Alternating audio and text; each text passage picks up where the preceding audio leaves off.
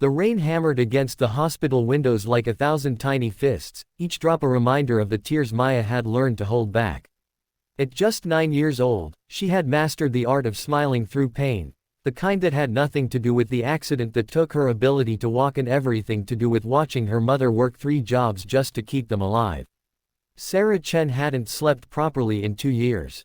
Dark circles had become permanent fixtures beneath her eyes, and her once bright smile now flickered like a candle fighting against the wind. She was a woman drowning in medical bills, rent notices, and the suffocating weight of keeping her daughter's world from completely falling apart. Every morning, she kissed Maya goodbye at the rehabilitation center before rushing to her shift at the diner, then the convenience store, then the late-night cleaning job at the office building downtown. Every night, she returned to their cramped studio apartment, counted the coins in the jar on the counter, and whispered prayers she wasn't sure anyone heard. But someone did hear. Marcus Wellington wasn't the kind of billionaire who made headlines for buying yachts or islands. At 63, the tech mogul had built his empire from nothing, a foster kid who coded his first program on a library computer and never forgot what it felt like to be invisible. His foundation for family futures had quietly changed thousands of lives, offering everything from education scholarships to medical support for families in crisis. He didn't do it for recognition. He did it because he remembered being 10 years old, hungry, and absolutely certain that nobody cared whether he lived or died. The day Marcus met Maya, he wasn't looking for a story.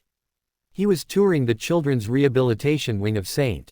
Michael's Hospital, a facility his foundation had funded, when he heard laughter, genuine, unbridled joy, coming from the physical therapy room. Inside, a little girl in a purple wheelchair was racing another child, her mother cheering from the sidelines despite looking like she might collapse from exhaustion at any moment. Something about the scene stopped Marcus cold. Maybe it was the way Maya's face lit up with pure determination. Maybe it was the love in Sarah's eyes that transcended her obvious exhaustion. Or maybe it was the ghost of his own childhood, reminding him that families like this were always one disaster away from losing everything. He made inquiries. Within 24 hours, Marcus knew everything. The drunk driver who had destroyed their lives 2 years ago, the insurance company that had weaseled out of coverage on a technicality, Sarah's crushing debt, Maya's need for an experimental surgery that could restore partial mobility, a surgery that cost more than Sarah would earn in 5 years. Marcus had a policy. His foundation helped families, not individuals. But something about Maya and Sarah called to him on a deeper level. He arranged a meeting under the pretense of a routine foundation interview, though he'd already decided he wanted to do something extraordinary. The meeting took place in a small conference room at the hospital. Sarah sat with her hands folded tightly in her lap, trying to hide their trembling. Maya wheeled herself to the table with practiced ease, though Marcus noticed how she winced when she thought no one was looking. "Mrs. Chen," Marcus began gently, "I've reviewed your situation. What your family has been through, what you've endured, it's remarkable that you're still fighting." Sarah's eyes filled with tears. She quickly blinked away. "We do what we have to do. Maya deserves every chance." "I agree," Marcus said, then shifted his attention to the little girl. "Maya, what do you want to be when you grow up?" Without hesitation, Maya replied, "A doctor. So I can help kids like me. And so my mom doesn't have to worry so much anymore." The words hit Marcus like a physical blow. 9 years old, and already carrying the weight of her mother's struggles. "I'd like to make you an offer," Marcus said slowly. "My foundation has an adoption program for exceptional children. We provide full scholarships, medical care, housing, everything needed for a successful future. Maya, I'd like to adopt you into the program. You'd live with a carefully selected family, receive the surgery you need, attend the best schools." "No." Maya's voice was quiet but absolute. Marcus blinked, surprised. In all his years, no one had ever turned down his help. "I understand this is sudden, but—" "You don't understand," Maya interrupted, her small hands gripping the wheels of her chair. "I can't leave my mom. She needs me." "Sweetheart," Sarah said, her voice breaking, "this is an incredible opportunity." "Mom, no." Tears now streamed down Maya's face. "You work all day and night because of me. You're tired all the time because of me. If I leave, who's going to make sure you eat dinner? Who's going to remind you to take your vitamins? Who's going to tell you jokes when you're sad? The room fell silent except for Sarah's quiet sobbing. Then Maya turned to Marcus, and in that moment, she looked far older than her 9 years. Mr. Wellington, I know you're trying to help. And I'm grateful, I really am. But please, don't adopt me. Adopt my mom instead. Marcus felt his carefully maintained composure crack. I'm not sure I understand. Maya wheeled closer, her eyes fierce with determination. You want to help kids. My mom has been helping me every single day since the accident. She hasn't bought herself new clothes in 2 years. She eats crackers for dinner so I can have real food. She works until her hands bleed because she loves me that much.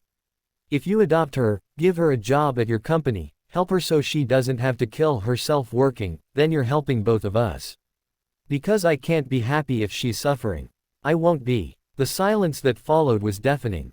Marcus had negotiated billion-dollar deals, addressed Congress, met with presidents and kings. But this 9-year-old girl had just taught him something profound about love and sacrifice that all his education and experience had failed to reveal.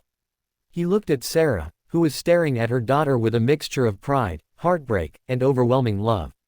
Then he looked back at Maya, this incredible child who would rather sacrifice her own future than abandon her mother. What if, Marcus said slowly, I told you there was a third option. Over the next hour, Marcus outlined a plan that left both Maya and Sarah speechless. He would hire Sarah as a program coordinator for his foundation, a real position with a real salary, health insurance, and reasonable hours.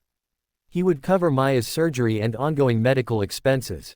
They would receive housing assistance to move into a safe, accessible apartment. But most importantly, they would stay together.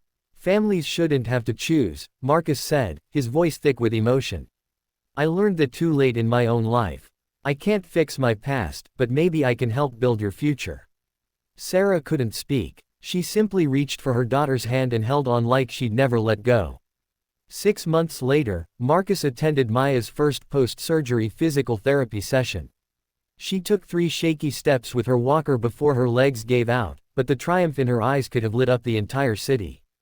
Sarah stood beside Marcus, healthy, rested, and radiant in a way she hadn't been in years. Thank you, Sarah whispered. You gave us our lives back. But Marcus shook his head, watching Maya determinedly try again. Your daughter taught me that real wealth isn't measured in dollars. It's measured in the people we refuse to leave behind. As Maya took her 4th step, then her 5th, her laughter filled the room, the same pure, unbridled joy Marcus had heard that first day. Only now, her mother was laughing too. And the sound of their happiness became the most valuable thing Marcus Wellington had ever invested in. Some fortunes are counted in gold. Others are counted in the moments when love refuses to let go.